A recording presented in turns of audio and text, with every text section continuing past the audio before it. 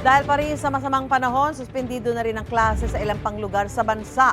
Mula preschool hanggang grade 6 sa mga pangpubliko at pribadong eskwelahan ang walang pasok sa Baguio City. Wala namang pasok sa lahat ng antas ng mga pampubliko at pribadong eskwelahan sa Lingayen at Calasiao sa Pangasinan. Kindergarten hanggang grade 12 naman ang walang face-to-face classes sa mga pampubliko at pribadong eskwelahan sa Infanta, Pangasinan.